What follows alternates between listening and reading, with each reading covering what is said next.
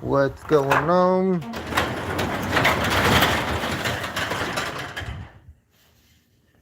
Trying to see myself here. I don't know how this is going to work out. Let me see. Right there. All right. Excellent. Um,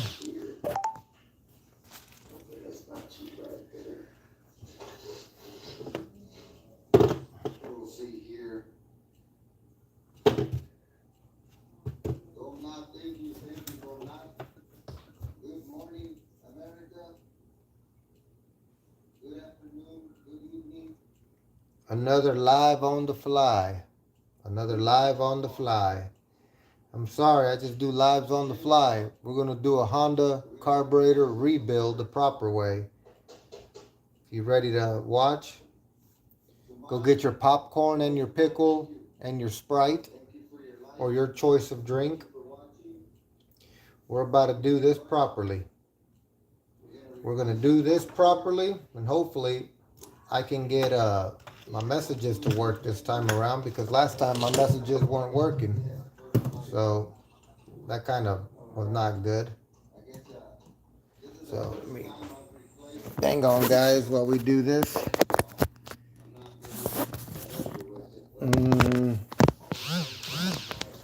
Let's see here. Oh, I really would like it to be like, oh geez, that's too much. Hang on, let me see what I can do here. I guess that might work. Let me get some light up in here. Hang on.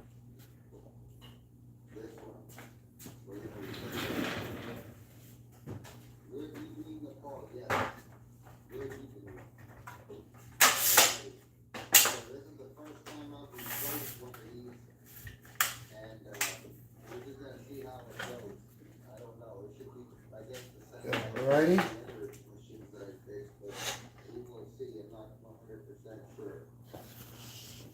We're gonna try to, well, let me get the light.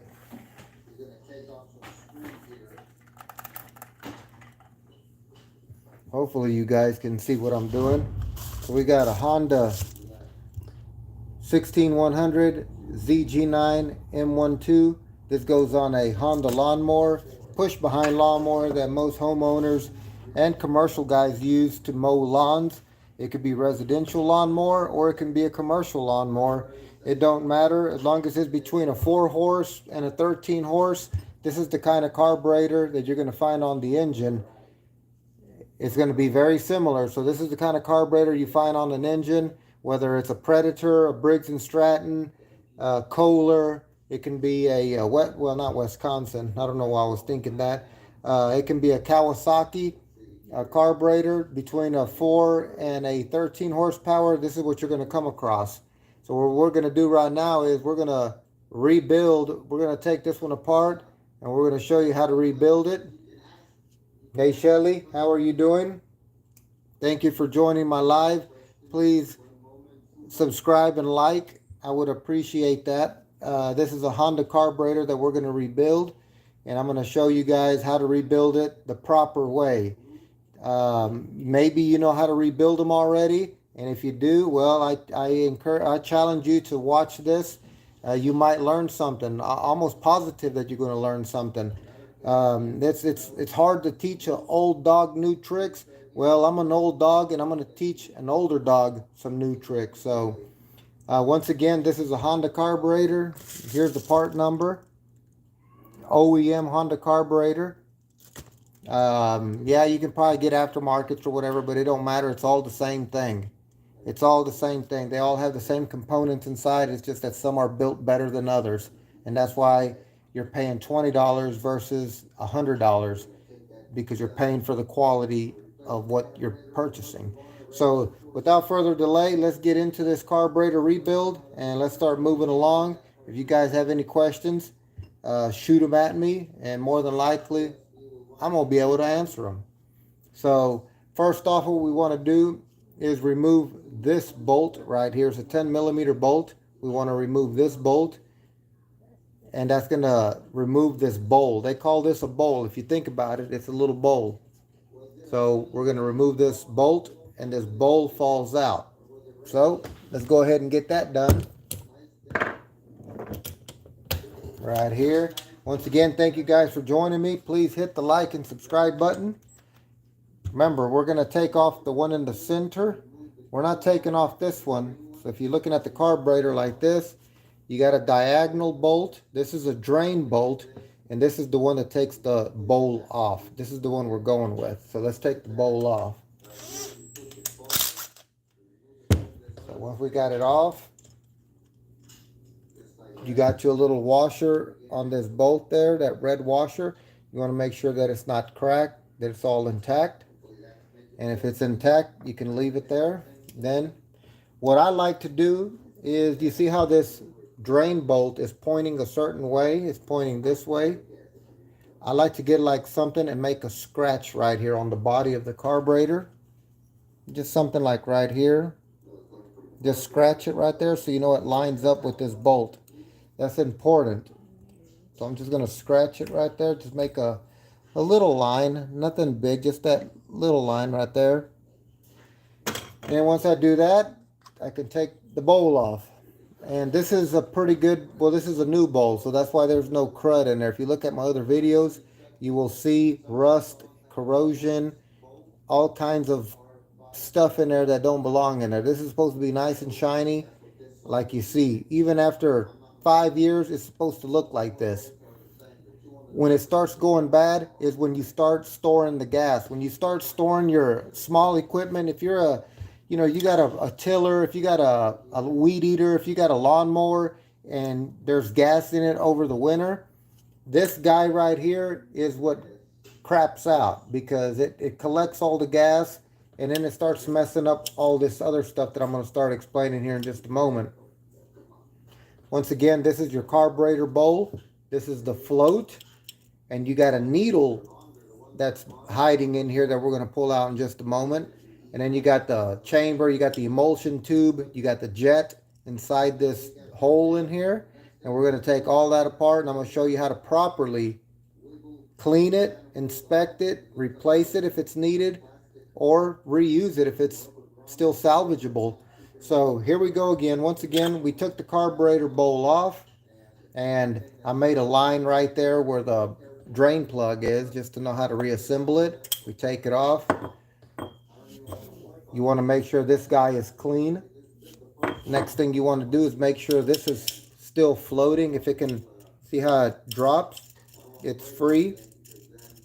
On some older engines like a Tecumseh, which are hard to come by nowadays, they had a float that wasn't very good, and it'd crack and it'd fill up with gas, and it would always stay hanging down, and it would allow more gas to come in, and it would overflow. Gas starts pouring out the side of the engine. It was this guy. I think it was made out of copper or brass. I forgot the material it was made out of, but regardless, we're not talking about that. I just wanted to touch on that. We're talking about this Honda carburetor here. These here, if you see that they're full of gas, that means that this float is cracked and you got to replace it. So this one's brand new. It's not cracked, but in case it was, that's what you look for. So to remove this float, there's a pin right here. You can see right here, that pin, that long stick, it slides back and forth. You just want to pull it out, and this float falls off, just like this. I'm going to hold it up like this, and I'm going to slide it out, just like that. Lay it right there, and then this pops off. And that right there, what you see with the black tip, that is your needle. You need to make sure that there's no debris on there, like a piece of grass, a sand, any kind of debris doesn't belong on that tip, because that tip right there is what shuts off the fuel supply. If there's something in there obstructing it, it's going to keep leaking gas. So you want to make sure that you're not forgetting that. Let me touch this up real quick. I'm sorry, guys. One moment while I take care of this. All right, perfect. All right, so that's what we were talking about there. This needle, this rubber needle right there. You want to make sure that it's clean and it's free of any debris. Next thing we're going to do is inspect all in here. Make sure it's all clean. You want to make sure it's all clean because any debris that you forget to clean out may lodge in between this needle, that black tip, and in there where it seats. Where'd it go? Darn it, where did I leave it? Right here. So that needle goes inside here, inside this hole. It goes inside there, and there's a seat in there where it butts up against, and it will completely shut off the fuel supply. So that's what we're looking for. We're making sure that we're cleaning it out properly, and I'm going to show you properly. All right, so now that you got that out of the way, this is another thing you want to look out for. A lot of people mess up right here because there's a bowl gasket. If you can see, it's this black O-ring that goes all the way around the carburetor. That's the bowl gasket. You can pick that out real carefully. Just pick it out. You know, you don't want to pinch it or nothing. Just pick it out. Just pick it out like that. And get it out of the way while you still can. Because depending on the kind of carburetor spray that you use, it can swell it up. And when you try to put it back in there, it's not going to fit because you swelled it up. For instance, where is it at? I had it right here somewhere. Where did you go? Where did you go? Where did you go? I'm going to show you the difference real quick in carburetor sprays.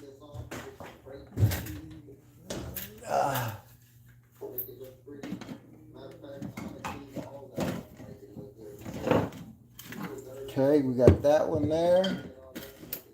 And we got that one there. Alright, so if you're using just regular brake cleaner, that's going to be okay. It's not real strong when it comes to removing varnish, but it'll still get the job done if it's, you know, light varnish. Now, if it's really caked on there, you need to step it up to this guy right here. Berryman's B12 Chem Tool Carburetor and Choke and Throttle Body Cleaner. This stuff here is very strong. It's a very strong mixture. It'll blast through a lot of corrosion. Almost easily remove a bunch of the rust buildup. However, you want to make sure when you're spraying this stuff that you have eye protection, because if it gets in your eyes, it's going to burn for a very long time. I'm talking 30 minutes at least, where if this stuff gets in your eyes, it'll only burn for like a minute because it's weaker. You can call this the watered down version and this the full concentrate version. They sell this at a, you know, auto body parts, parts stores, O'Reilly's, AutoZone, Auto Plus, all your, where you buy your auto parts, more than likely you'll find this stuff here. And it's very strong, it's very effective. Just make sure you have your safety glasses on when you're spraying this stuff, because if it gets in your eyes, it's going to hurt. You got to flush them out with water, but it's still going to hurt. On the other hand, this stuff is a little bit more weak and it won't hurt as bad. So depending on how bad the carburetor bowl is, it pretty much depends on which one you're going to use. So anyways, moving forward, well, the whole point of that was this O-ring here will swell up with this kind of spray. It's so strong, it'll swell up this O-ring. Now, this guy here won't swell up this O-ring. So that's what I was trying to say. Just be very, very careful on what spray you use, because it's going to determine if you need to buy this. And sometimes, depending on the model, this gasket, listen to me closely, this gasket costs as much as the whole carburetor. You're like, no way. Trust me, I've been doing this for 40 years. I think I know what I'm talking about. And I'm telling you these guys these secrets. That way you don't have to go the long, expensive way. So anyways, take this guy off before you start spraying carburetor on it, carburetor spray. So we're going to move on. I've been talking about that for a little while now. I think you got the point. Next thing we're going to do is we're going to remove the jet. There's a jet inside here and there's an emulsion tube. And I'll explain what those guys do as soon as I pull them out. It's a flathead screwdriver to get those guys out. And this is what you do here. You will use a flathead screwdriver. You'll push it down in there. And what you want to do first, that way you know what size flathead to get. Hello, Brittany. Thank you for joining me. No, it's not a car part Das Super Loop. This is for a 5 horsepower engine, which is normally found on small equipment like lawnmowers, tillers, power washers, generators, you know, things along those lines. Not necessarily car. No, not for car. Uh, so you get you a flathead screwdriver and you look inside your chamber in here. That way you know what size flathead screwdriver you need to get. And it's always best to get the one that's almost perfect. You don't want to get one that's too small because there is a brass fitting in there. The jet is a brass fitting, and if you turn it, you might strip it or it might break, and then it's almost impossible to get out at that point. And it is important to get it out if you want to do a carburetor replacement or a carburetor overhaul the proper way. So I'm going to go ahead and pull this one out. And remember, if there's a lot of rust around here, when you took this carburetor bowl off and there's a lot of rust inside this thing and a lot of rust in here, you're going to need to get this stuff and soak it inside here so it can help break up that rust buildup. You got to break up that rust buildup, because if you just stick this flathead in there and start to turning, that rust buildup is like glue. It's not going to let that jet come out easily, and you might strip it, destroy it, then you really won't be able to get it out. So right now what we're going to do is we're going to get that jet out, and we're going to get the emulsion tube out, and I'm going to show you what to look for and how to clean it. So here we go. And this is the proper flathead, because I've been doing this for 40 years. I know what I'm doing. You don't have to go through the trial and errors. You're learning right here, raw, straight, raw, right here. Here we go. We're not here filtering nothing. You should be paying for this kind of school, but you're getting this school for free. So you want to sit there and turn it. You want to find out where it's at, right there. And then we want to turn it. And remember, I said it's brass, so it's very easy to strip. That's why it's important to spray some of this stuff in there to help break up some of that rust deposit, because if you don't, it's going to strip out the jet and you won't be able to get it out. And then at that point, you're going to be up a creek with no paddle, and you're going to have to buy a whole new carburetor. And these carburetors vary from a price range of $20 to $150 between a 5 horsepower and a 13 horsepower. So there went the jet right there in my hand. And if we keep tapping this, we're going to get the emulsion tube. And if the emulsion tube doesn't want to come out when you do that, you can tap it. And it still didn't want to come out. So we get the same flathead and we go through the barrel of the carburetor, just right there, and we push it down. Just like that. And look at that. Falls right out. So let's talk about the jet, and let's talk about the emulsion tube. This is your jet. Now, jets are going to depend on where you live in the United States or in the world. The higher altitude that you stay, Colorado, Rocky Mountains, your jet changes for altitude purposes. So if you live in Texas like I do, it's going to be a different hole, a bore, they call it. The diameter of this little hole is going to change depending on your elevation. So if you're living in Texas and all of a sudden you decide to move to Colorado and you take all your equipment up there, it's probably not going to run right. You're going to be like, I don't understand. Everything was running right when I was in Texas, but now that I moved to Colorado, you know, my equipment's running like crap, because your jet needs to be swapped out. They make different jets for altitudes, and you got to consult your owner's manual, and it'll more or less direct you on what size jet you need for your equipment for that altitude.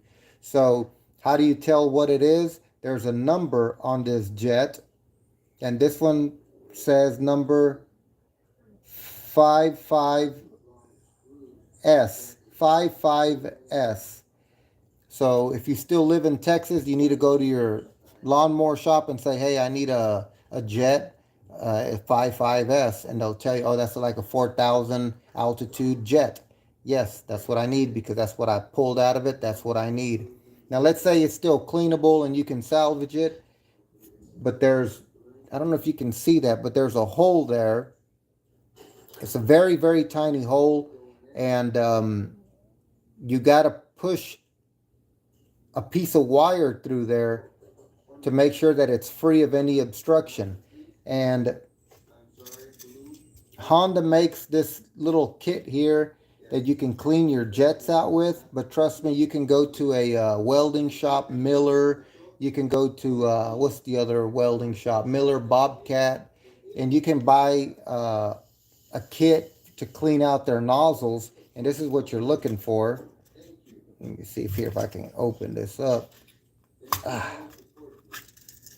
So basically it's a bunch of little wires in here, little beady wires, skinny wires. You can't, I mean, yeah, you can see them. And you just want to go with the one that fits inside the jet. So since I've been doing this for 40 years, I know it's this one here. So what I want to do is I want to push this wire through that hole so the jet can go in there, just like that. I want to sit there and work it in there to make sure it's clean of any trash. And the nice thing about the welding ones is that they have, it's like a sawtooth. So the more you sit there and ream it, the more material you take out of the jet. So you can sit there and work it and work it and work it, and you'll have a little bit of brass filings on your fingertips where you've been filing it. But you don't want to do that too much, because then you open the jet up and it'll be running, you know, be running rich at that point. So you want to look into getting you something like that. Now, you don't have to buy this kit if you're a homeowner. Just find you something, a very small needle, anything that can fit in that hole. Then again, you want to make sure it fits in there. You don't want to obstruct it. So I highly recommend, you know, you invest in a little $5 Miller Electric nozzle jet cleaner for their welding machines. It'll work well for you. Next thing we're going to talk about is the emulsion tube right here. The emulsion tube, if you recall, comes out of there. So we take the jet out. We take the jet out with the flathead screwdriver, and then the emulsion tube is next. There it is. And if you can see, this emulsion tube has a lot of little holes. Let me see if I can show you guys here. Oh, darn it. You can see those holes there that the light goes through. Those 4 right there. Anyways, when you pull one out, you'll see for yourself what I'm talking about. And then, of course, in the center, you got a bigger hole. You want to get that same wire that we were using to clean out the jet. You want to get that same wire from this little kit here and poke every little hole until the wire comes out. So this is what I mean. You got a little hole there. These are so small. And you poke it through just like that, where it comes out the other side. And you want to do that to all the holes. And there's probably about close to 20 holes in there that you want to poke with this wire, just to make sure you're pushing all the dirt out through the holes, because these holes are important. This is what turns your gasoline into a mist. When you get a spray bottle of Windex and you sit there and you see that mist of a lot of droplets, that's what this guy does. So if you got clogged holes, it's not going to make that mist like, you know, one of those spray bottles that you're using. So that's the purpose of this guy. So if it's really clogged up, it's going to run like crap. You got to make sure you clean it out. You poke the hole in the center, right there in the center, and in all the little beady ones that you see around. And you just got to make sure you use carburetor cleaner, spray it in there, make sure that you get all that trash out of there. Because we're trying to clean the carburetor out properly. We're not trying to half-ass this repair. We're trying to clean it out properly. So you got to take the time to do it. It's either, you know, take the time to do it, and realistically, it should take you less than an hour, especially for a first-timer. I would hope it takes you less than an hour. It's either that or spend $100 and just replace the whole thing. So it's really up to you. But I'm showing you how to do it properly and how to save some money. So this is your emulsion tube. We already talked about it. We talked about the jet and the importance of getting the correct jet for your altitude, depending on what state you live. The higher you are, the bigger the hole is. So you got to make sure that you tell your lawnmower shop where you live, so they send you the right jet. And if you don't know what jet you got, they stamp it right there in very little letters and numbers. This one, as I said, says 55S. So you want to ask for that jet when they ask if there's going to be options. They're going to be like, well, do you know what your jet number is? And if you don't know, then them guys are just going to guess, and you might get the right one, you might get the wrong one. Nobody really knows. Yeah, poke. There you go. I'm missing these comments. But anyway, here we go. Next thing you want to do is your low speed circuit. They call your idle. So we're going to take out this little carburetor adjustment. It's a plastic screw. We're going to take it off. This one here, the one that has that star for the Phillips head. We're going to take it out. And what I like to do is I like to kind of get an eyeball view of how much was threaded in. And you can see this, it was threaded in. About 2 turns are poking out. If you can see it where it goes in. It goes in through this. And it looks like there's 2 turns. So when I take it out, I got to make sure there's about 2 threads showing on the other end. And that kind of gives me a baseline of where I need to be. Yeah, there's plenty of wiggle room here, so you don't have to be right on the dot. It is a little bit, it's forgiveful a little bit, but you don't want to completely just blow it. So we get the same screwdriver here, flathead, and we turn it to remove it. We're taking off this low speed circuit. We're going to pull out the pilot. So it's a plastic screw with plastic threads, so just be very careful that you don't strip it out, because if you don't put this guy back, it's not going to run right. So you want to make sure you take it out carefully, because it's plastic and the threads are plastic and you can easily be stripped out. So once you got that out, now you want to take out this guy right here, this black piece. You want to just take it out. And if you look here, another secret, 40 years of experience. Here you go. Yeah, somebody's about to get banned if they keep it up. Hey, maintenance man, anybody being disrespectful, you know what to do. All right, so we're going to pull out this low speed circuit right here. And you can just normally pry it out on each side. And then once it breaks free, you can pull it out. Ruth, pull it out. Just like that. So once you got this guy out, here, there's an O-ring at the very top up here. At the very top, there's an O-ring there. I know it's kind of hard to see with my $4 phone, but I'm sorry. Once I get monetized and I go viral and global and national, I'm going to get me a better camera. I need your help for that to happen. Anyways, there's a O-ring up here at the very top, way up here, that sometimes rips, sometimes it's missing, or sometimes it's pinched, and it'll make your mower or whatever engine it's on, it'll make it surge and it'll sound like a race car, or it'll die when it's on low idle. You know how most engines have a rabbit? A rabbit is for like full throttle, and a turtle is for low RPM. Well, when you have it on low RPM and it's running like crap, more than likely it's this guy right here, this low speed circuit right here. And how to clean that? Well, like I said, you want to make sure that the O-ring that's right there at the tip right here, it's kind of hard to see, but at the very tip there, there's an O-ring there. So you want to make sure that that's intact. You don't want to remove it, just leave it alone. Next thing you want to do is get this guy again, and you want to use a very thin wire, the thinnest wire that this kit has, and it usually is the one that's on this attachment here. This guy, you can't even see it, it's so, you can barely see it, this guy. Anyways, there's a hole in the center here, and it gets clogged up with crud, so you want to use this little bitty wire, and you can't even see this wire, it's so thin. There it is, yeah, you can see it. You want to use that wire and push it down in there. And you want to make sure that you can see it through the hole.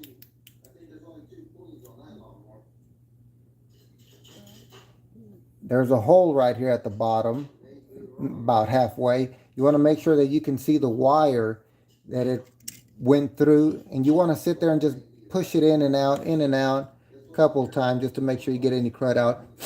You know, blow it out, push it in there. Then you can get a flashlight and you can see if you cleaned it out. Because if you can see down through that hole, you'll be able to see the light shining through this bigger hole. Hope that makes sense. But once you got that guy clean, that's all there is to it. You put it back. Now, this thing only fits in there one way. So you just want to make sure you put it in there the same way that you took it out. You know, there's really no wrong way of putting it in there because it fits in there one way. It's got a flat side to this pilot, so there's really no way of putting it in there wrong. So once you got it in there, just push it down all the way until it snaps. Well, before I get moving, let's take that out. Let's take that back out. I forgot another important step because I said we're going to do this properly. What you want to do is get you a compressor, the air spray, and put that. Let me get a gun to show you exactly what I mean. Hang on a couple seconds.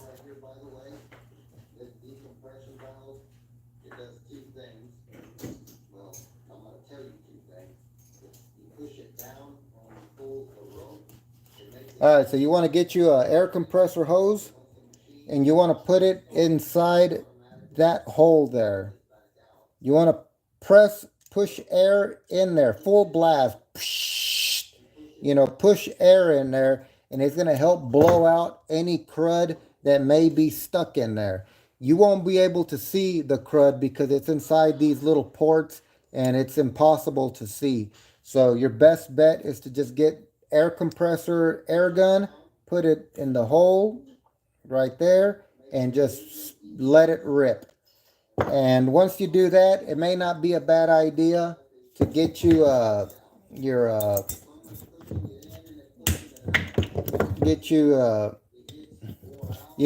spray with a little nozzle, the straw. Put it in that hole, because there's a little hole in there. Let me see if I can show you in there with the flashlight. There's a hole in there. There you go. You can see it. You want this straw to go inside that hole, and you spray in there to try to help blow some of that crap out. And then once you sprayed it for a few seconds, then you can use your air gun, put it in there and spray it just to kind of help blow all that crap out of there.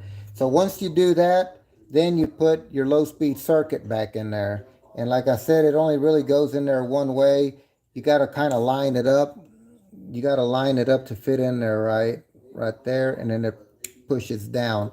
So once it snaps in place, then you get your plastic screw, and you want to be very careful with this plastic screw because it can easily be stripped. So you put it in there, and you might want to try to tighten it with your fingers just to kind of get it started. You don't want to cross thread it because if you do, you might destroy it. Thank you guys for joining me. Please hit the like button. Please subscribe. Show some support here. You're learning this stuff here without going to school. I had to pay to go to school. You don't have to pay. All you got to do is just double tap and subscribe and like if you don't mind. I would greatly appreciate it. And like I said, when you're screwing this in, you want to just let it poke out on the other side about 2 threads more. Not 2 threads more. You want to leave it where however many threads you saw on the other side. So it's good to take a mental note of how many threads you could see on the bolt as it pushed through. And we saw about 2, so right now I can see about 2 threads, so we'll leave it there. And this is, this is right here, you don't have to be right on the dot, but it kind of helps to be on the dot. So it's up to you, because if you screw it in all the way, then your mower or the engine won't idle, when you have it on the turtle position, is going to sit there and act like it's on the rabbit position. So that's what this guy controls here. This guy controls your idle. All right, let's move on. Let's move on. Let's move on. This pipe right here, this is your fuel line inlet. So your fuel line connects to this guy right here from the fuel tank, and it pumps where it feeds fuel into the carburetor.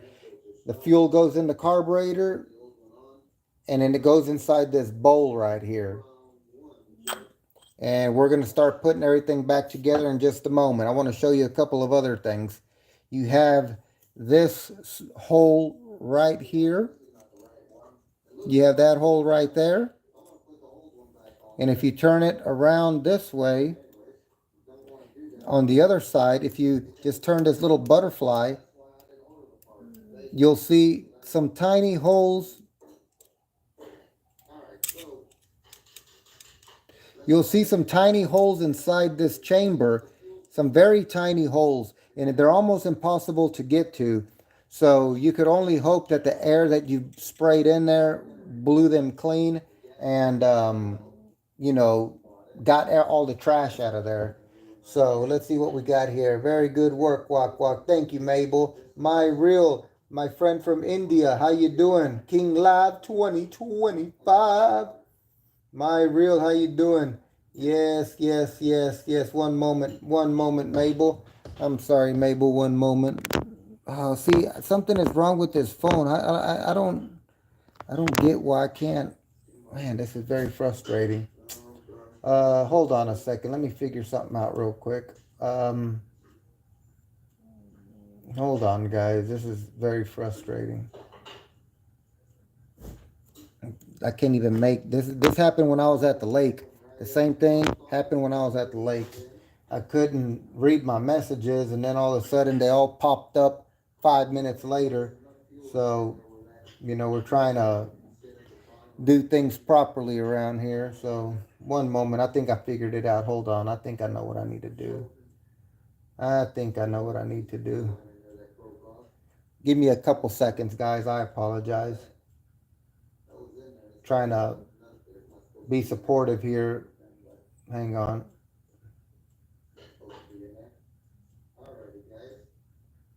Oh, come on. Where are you at? Darn it.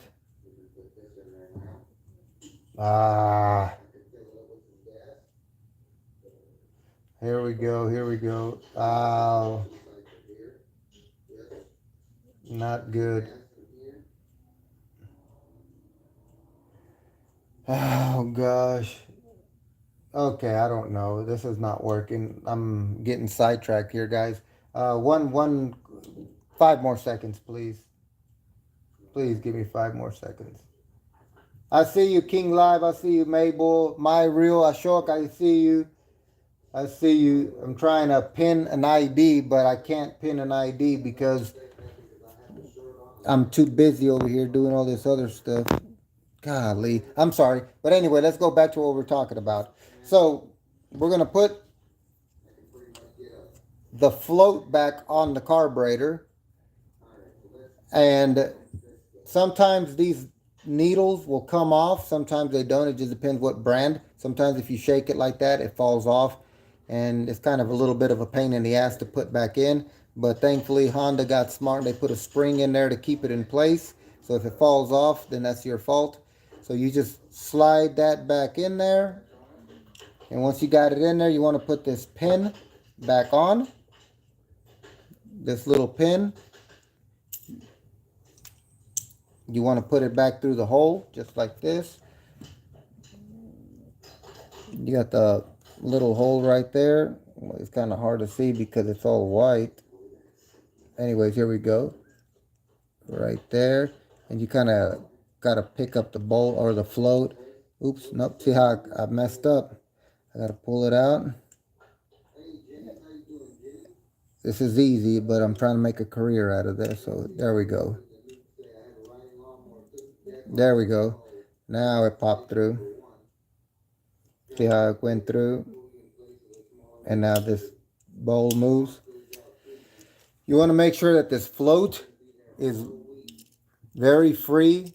And when you lift it up with your thumb and you drop it, it drops. You don't want it to get stuck up there because that means that If it gets stuck like that, that means something's wrong. It's got to drop like that. Just like that, it's got to drop. That's what we're looking for.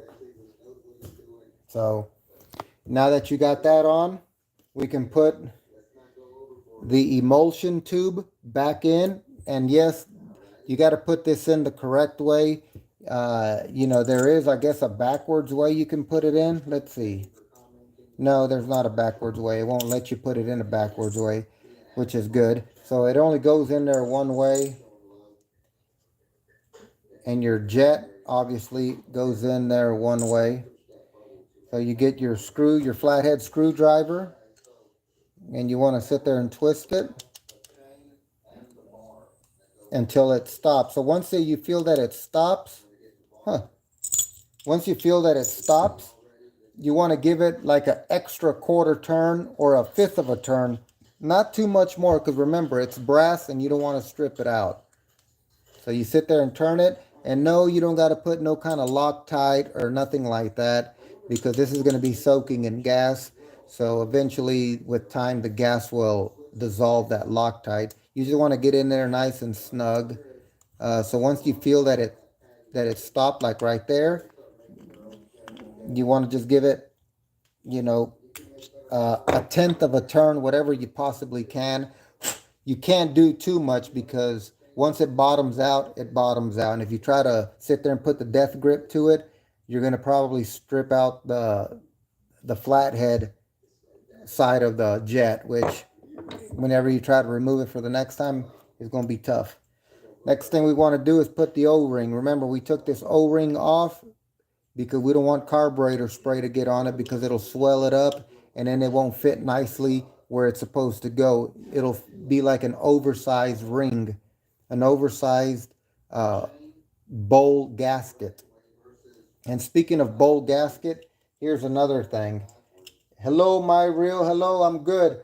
My real, I'd like to pin you guys, but keep talking. Doesn't matter for putting pin. Mabel, did you already return Kerdu to my reel? Did you return Ker 4, 3, 2, 1? No, it's 1, 2, 3. People may watch and you keep going. All right, yeah. So whenever your carburetor starts leaking, you don't, you know, people see that their carburetor is leaking gas. They're like, oh, I need the gasket that goes right here, the one that I just put on there, so it can stop leaking. No, that's not the reason it's leaking. The reason it's leaking is because the needle is not shutting the fuel supply off. That little rubber point on the needle wasn't shutting it off. I'm about to make this a career here, but this rubber needle right here, if there's a piece of grass or a piece of trash on it, whenever it goes in there, it doesn't shut the fuel supply off, so it's going to keep letting gas come in, and it's going to fill up the bowl, and it's going to start leaking, and you're going to be like, oh, I need to get the gasket. No, you don't. It's not the gasket. You need to clean the needle, because whenever the lawnmower stops, this float starts filling up with gas. This bowl starts filling up with gas, and when it's going up, it starts lifting this up, and it shuts off the gas. So the gas coming in the pipe no longer enters into the bowl. It stops it. But if there's something obstructing that shutoff, is going to keep letting gas fill up the bowl, and then gas will come out through here or through the other side or wherever it's going to come out of. And when you put your lawnmower in your shed or in your garage, you're going to see gas, you know, coming out through here. You're going to be like, oh, I need to get a gasket. No, it's not a gasket. You need to take this bowl off, and you need to clean that jet, or not the jet, the needle on the float. That black rubber thing, you need to clean it off. That's what's going to stop it from overflowing. So hopefully you guys are remembering all that. And like I said, you make a little scratch so you know where the drain plug goes. Sometimes it's important. Sometimes it doesn't matter which way you put it on. But since I took it off that way, I'm going to put it on that way. So I'm going to line up my little scratch that I made right here, because that's where the drain plug is. You know, I don't have it like that where the scratch is over here and the drain plug is over here. No, I got the scratch right there. So I'm going to put this bolt back in right here.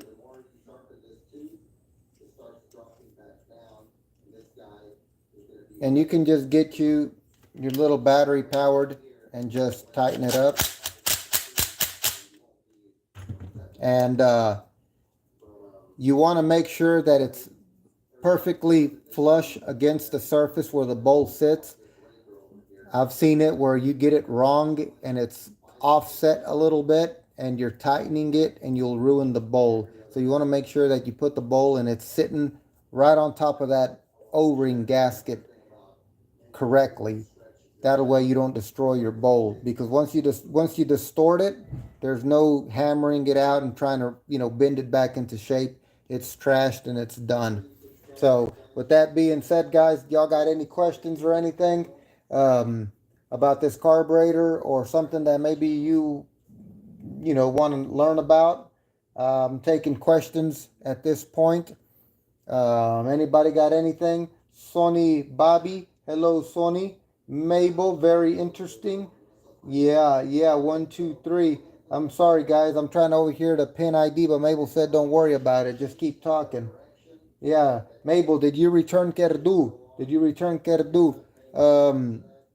This is a carburetor that goes on a Honda 5 horsepower engine, and this engine goes on a different equipment. It can go on a lawnmower, a push behind lawnmower. It can go on a power washer. It can go on a tiller to do your garden. It can go on a generator. It can go on a oh geez, there's just so many different things a carburetor of 5 horsepower can go on. And you're going to see this carburetor on just about all engines that are between 5 to 13 horsepower. Of course, the 13 horsepower carburetor is just a little bit bigger, but all the parts and all the directions are all the same. Now, once you start getting into a 20 horsepower engine, the carburetor changes. It's no longer going to look like this. It's going to be twice as big, and it's going to look intimidating, and you're probably going to be like, I don't know how to fix this. I'm going to take it to a shop to get it fixed. But once you do these and you work your way up to a 20 horsepower, it's really not that intimidating. It's pretty simple, and you'd be happy that you did it, because repair shop is probably going to charge you a pretty penny. If you have any questions down the road, you could always reach out to me through my YouTube channel, and I'll be happy to help you. My YouTube channel is mainly about hydraulics, but we got gas powered equipment that I work on as well. Been doing this for a long time, and I think I know a lot of secrets and a lot of tricks from other mechanics combined. Probably have 100 years experience.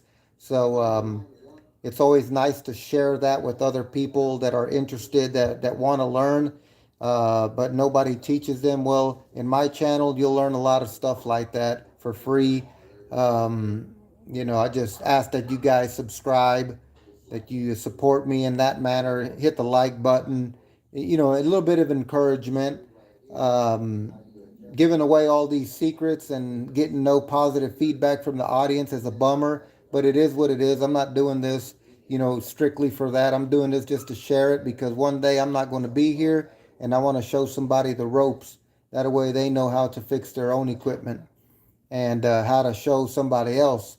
Because the sweetest thing that I've been told was, my name is Mike, by the way.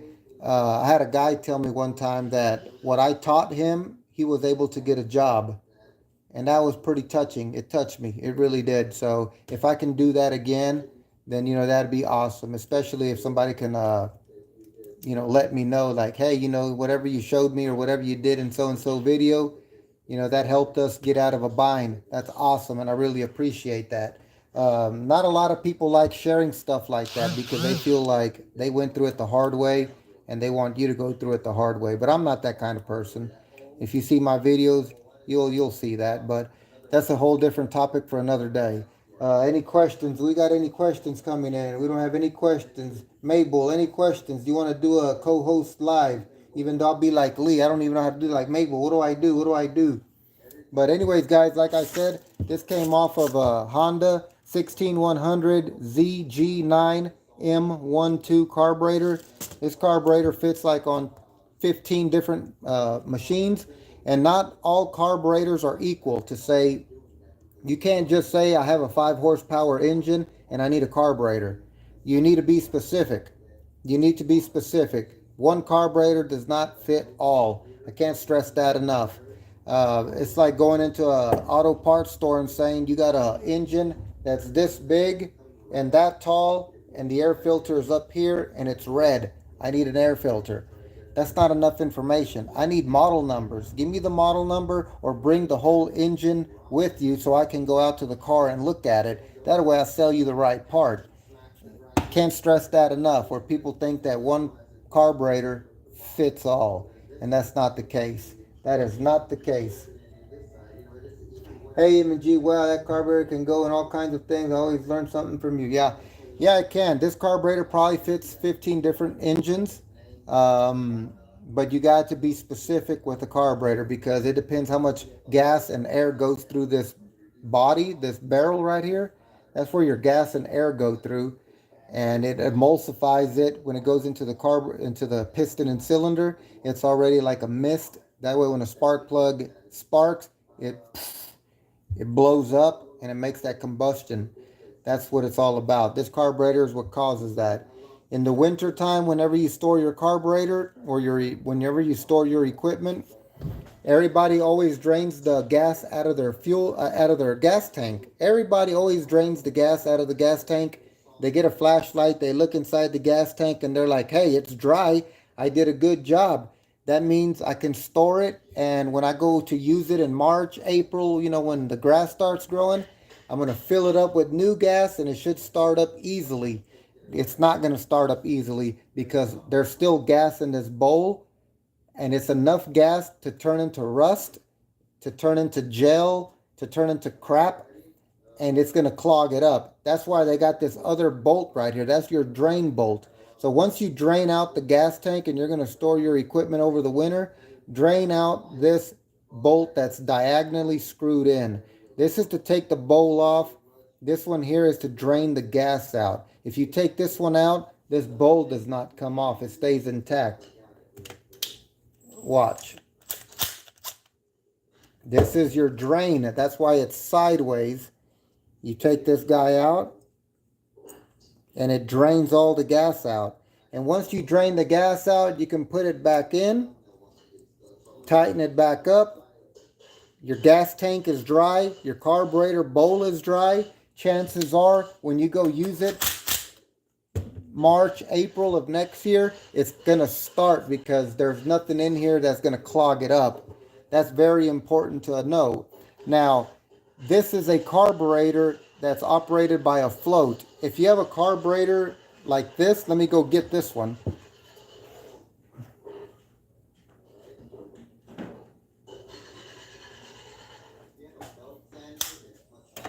If you have this kind of carburetor that has a little bubble that you push, this is different. This is a whole different topic here as far as how to store it. So pay attention. This one, you drain out the gas tank, and then you take out this diagonal 10 millimeter bolt, you unscrew it, and it drains all the gas out, and then you can put it back in there, tighten it up, go store your lawnmower, your pressure washer, or whatever it is.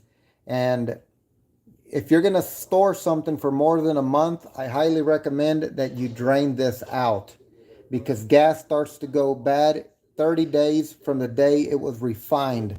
Not 30 days from the day that you purchased it, 30 days from the day that it was refined. So when you go to 7-Eleven, when you go to Shell's or Quick Trip, or whatever gas station is in your area, that gas might be 10 days old already. So that's why I say, when you buy gas and it's 30 days, you got to drain this out, because it's going to start breaking down and turn into crap.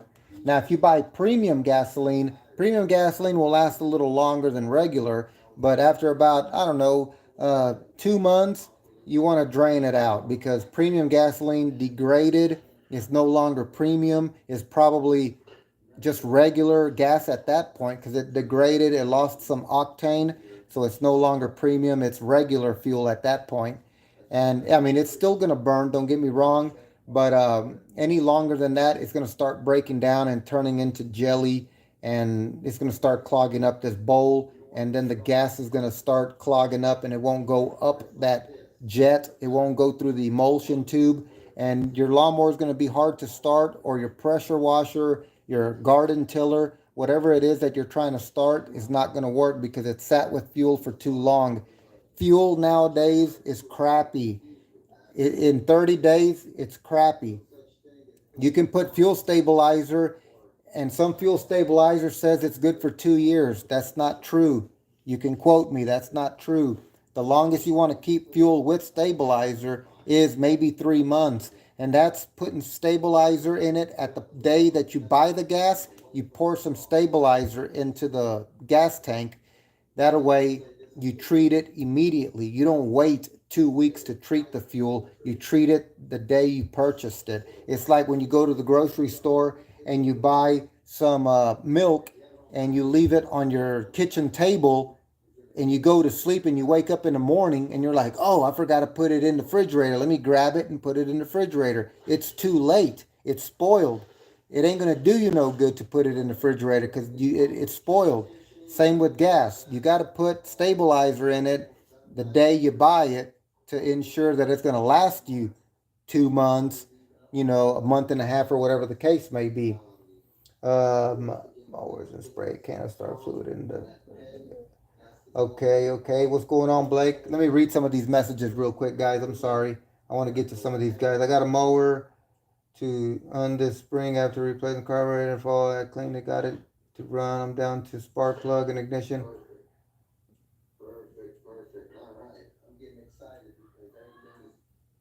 Hold on, I'll get with you in a minute, William, on that one.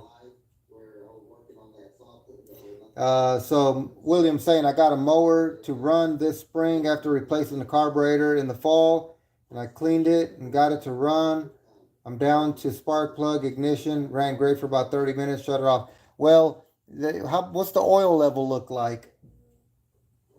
What's the oil level look like? Let's see here. And then your other one was, trying to read here. Use Primo in my mowers and spray a can of starter fluid in the first 5 gallons in spring. I wouldn't spray carburetor fluid in your gas. I would use fuel stabilizer, and that's it. And fuel stabilizer is like 1 ounce for like 2 gallons, or 2.5 ounces for 5 gallons. You got to read the bottle. But if you think that by dumping half the bottle in there, you're going to get a month or extra, you're going to get 6 months, no, you're not. It's only going to keep the fuel fresh for 2 months, maybe 3 at the max if it's premium. Because remember, here in Texas, depending on where it's, the counties that is mandated, ethanol fuel is everywhere. And ethanol is bad for these carburetors. So if you can get ethanol-free fuel, your equipment will love you more, and it will last you longer as far as without giving you any kind of headaches. But everywhere around where I live, 90% of the places have ethanol in their fuel. But since I'm always running through fuel, I don't buy a 50-gallon container of fuel so it can last me all year. I'll buy a gallon at a time. That way I'm using it, and I don't have no problems. And I don't even use fuel stabilizer because I'm constantly running through fuel. I'm constantly just running through fuel. Fuel's not staying stagnant in my equipment. It's constantly being used, constantly. 1 gallon of gas will last me maybe a week. And I like it like that because the store's just around the corner. I can always go get me another gallon or 2 gallons. Sometimes it's frustrating because I go through a gallon pretty quickly. And I'll get me premium gasoline even though I'm running it every week. It's just a habit because my vehicles use that. So it's like, what the heck? But anyways, when you do that, your equipment will burn cleaner.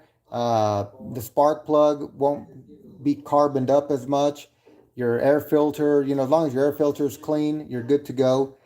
And things along those lines. But that's a whole nother topic for another day. We're talking about this carburetor and how it works, how to clean it, how to clean it properly, how to drain it out for the winter, and do things along those lines. Um, Oil's great. Yeah, speaking of oil, William, whenever I have 2 cycle equipment and 4 cycle, obviously, when I run out of my straight unleaded gasoline, I'll use 2 cycle gas in my lawnmower. I'll use 2 cycle gas on anything that uses, 4 cycle. It doesn't matter because it'll still burn. It may smoke a little bit more, but it's not going to damage my engine. Now, if your engine runs on 2 cycle mix and you put straight gas in there, that's a whole different story. You're gonna seize the piston and cylinder, and you're gonna destroy it, and you're gonna be out a lot of money. So listen to what I said. You can use 2 cycle gas in place of 4 cycle gas. I do it all the time. Been doing this for 40 years. Like I said, I've been doing this since Jaws was a goldfish. I know what I'm doing. I know what I'm talking about.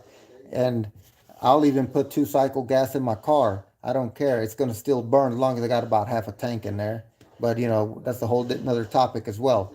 Um, Blake, Sissy, hey, yeah, how you doing? I go through so much gas, but I won't be driving for a long time, so no need to worry about it. What do you mean by that?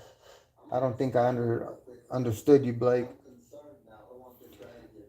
I go through so much gas, but I won't be driving for a long time, so no need to worry about it. On your car? Yeah, if you're going to store your car, you want to put premium in there, even if it calls for regular. Put premium in your car if you're going to store it, because it'll make starting your car a lot easier as well. Um, you never heard about it? I got in a bad accident. Oh, yeah, yeah, I'm sorry. That's what you were talking about. Yeah, you're in the hospital or something along those lines. I'm sorry about that. Yeah, yeah, you reminded me about that. I thought we were talking about something else, but yeah, sorry about that. Get better, get well soon. We're here for you. Keep us updated. One thing I know about God is that He answers prayers. God has never failed you and He won't forsake you. Now, I've failed God, but He won't fail you. That's for sure. Yes, yes. What's the difference between a pregnant chick and a light bulb?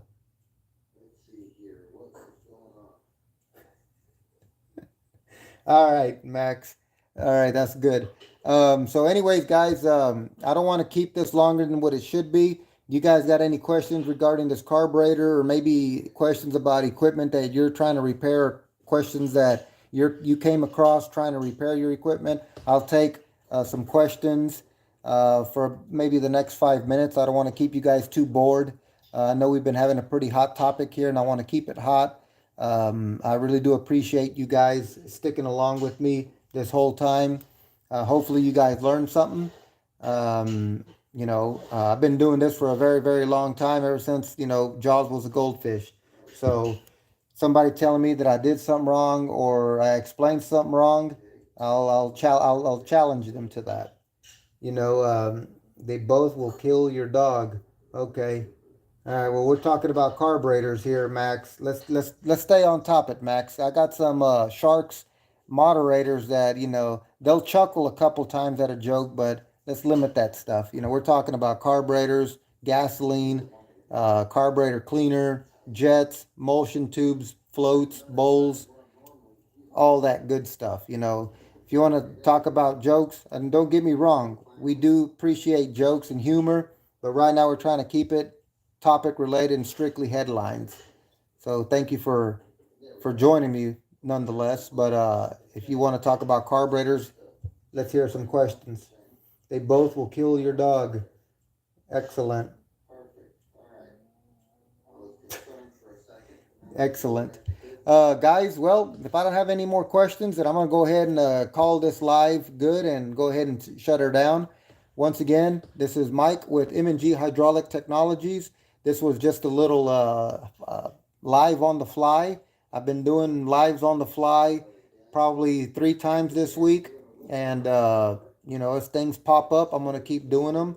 I try to post them ahead of time to give my subscribers notice that I'm going to be going live. but sometimes things come in my shop and I ain't got no choice but to make a live on, and it's for to share with you guys. You know, I don't want to know all of it. I want to share it with you guys so you guys can know it too, and you guys can teach somebody, you know, and hopefully point them my direction on my videos. I greatly would appreciate that. So if nobody else has any more questions, what's the best way to clean a carburetor after setting? Yeah, well, it depends, you know, how long it's been setting, because if you take this bowl off and it's full of corrosion and rust, you might have to just say, hey, you know what? It's not worth cleaning. If you look at one of my videos, I think it was a short, and it was titled "Lawnmower Bought at the Garage Sale Was Not a Bargain After All." You'll see the carburetor bowl, and if it looks anything like that, don't even bother cleaning it. I mean, you can, wouldn't hurt, but in my opinion, I wouldn't even bother cleaning it. I'd just go buy a new one.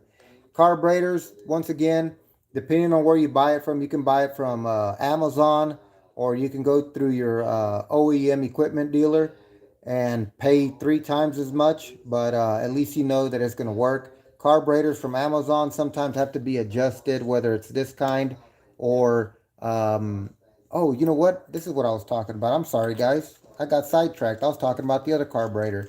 So let's talk another 10 more minutes. I hope you guys stick around for about 10 more minutes. Let's talk about the other carburetor. Remember I was telling you that if you're going to store your fuel in big equipment, you want to drain out the bowl right here with the bowl that goes, the screw that's sideways diagonally.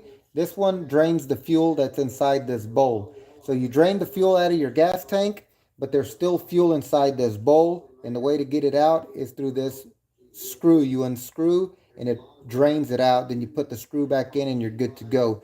Now on smaller handheld equipment like handheld blowers, weed eaters, edgers, backpack blowers, anything that's handheld that doesn't have wheels will have this kind of carburetor that has this bubble up here. You know, these, and I know a lot of you guys seen this little bubble here. This bubble, they call it a primer. Most equipment, it's referred to as a purge bulb. All it simply does is gets air out of the fuel lines. It purges the air out of the fuel lines. It doesn't sit there and prime, you know, it doesn't squirt any fuel into the combustion chamber. It's just purging air out of the fuel lines. That way it's easier to start. Now, if your user's manual says push it 3 times, probably you need to push it 3 times because it's probably going to squirt fuel into the combustion chamber. And if you squirt too much fuel into the combustion chamber, it floods it. So when you pull the string, there's too much fuel in there that the spark can't combust it. So you're sitting there pulling and pulling and pulling, and that's the term that they call flooded. You ever heard somebody say you flooded the machine? That's what they mean when they say that you flooded the machine. That you pulled it too many times on the choke position, or you pushed this bubble too many times. Now, some equipment still refer to this bubble as a primer. That's the difference. A primer squirts fuel into the combustion chamber, where a purge pump, a purge bulb, will only purge fuel. They'll purge the air out of the fuel lines. So there's two big differences. On a purge pump bubble, I can push this 200 times and the engine will start up easy. Now, if it was a primer and I pushed it 200 times, gas would be coming out of the muffler for one.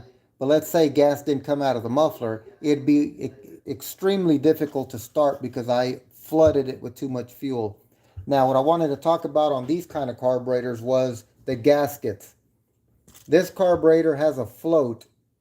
This one does not have a float. It has a diaphragm and a pump metering diaphragm. It has a diaphragm and a metering diaphragm. Up here and down here. You got gaskets down here and up here. So if you got a weed eater, a blower, anything that has this kind of carburetor, the best way to store it over the winter is to fill up the gas tank with fresh 2-cycle gas. If that's what it runs on, more than likely it'll be 2-cycle gas. So you want to You want to make sure that you put the correct fuel in your fuel tank. So let's say you're going to store your weed eater for 4 months. You want to fill it up with some premium gasoline with some stabilizer. And sometimes, depending on the kind of oil mix you buy to mix your fuel, they already have some stabilizer blended in the mix, so you don't have to add additional stabilizer. For instance, Red Armor 2-cycle oil already has stabilizer mixed in the formula, so you don't have to add any extra stabilizer. So if your 2-cycle oil already has stabilizer already in the formula, there's no need to add extra fuel stabilizer. There is no need to add extra. All you're doing at that point is wasting your stabilizer. So trust me, there's no such thing as if I add more stabilizer, I can get 6 months. No, you can't. You can only get 3 months at the max. Because gas nowadays is crappy. That's why I say that. Now, if you get non-ethanol fuel, maybe you can go 4 or 5 months. But still, I mean, if you can't use your equipment in 4 or 5 months, then you probably just need to sell it. Unless it's just something, that you really, really need. But anyways, that's what I was going to talk about. So when you're going to store equipment that has this kind of carburetor on it, you want to make sure that the fuel tank is full, because any gap, any air that's in that fuel tank will attract moisture. Moisture attracts water, and the next thing you know, you'll have water in your gas. Even though your gas cap is nice and tight, air will attract moisture, and moisture brings in water, and then you'll have a little bit of water in your gas. Water will make it into the carburetor and rust it out, and then it won't start. So that's why it's important to fill up your fuel tank all the way to the top, put the gas cap on it, and you're good to go. You want to push this bubble a few times. You can start up the engine for a few minutes just to let that fresh fuel circulate through the fuel system, and then you can store it for 3 months easily.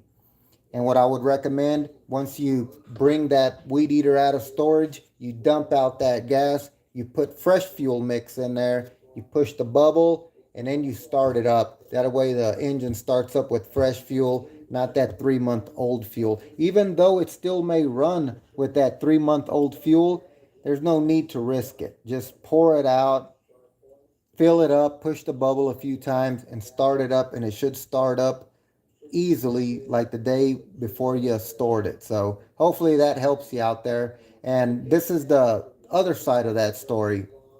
A lot of people say, no, I was told to dump out all the gas out of the fuel tank and run my weed eater until it died. Okay, here's the bad part about that. I was told to dump out all my gas, turn on the weed eater or blower, edger, tiller, whatever it is that you're using that has this kind of carburetor, turn it on and then wait till it dies, because then it's dry. That's the proper way to store it. It's what I was told. That's wrong, because once you burn through all the fuel, the gaskets that are inside this carburetor will begin to dry up. And when they dry up, they get brittle, they get stiff.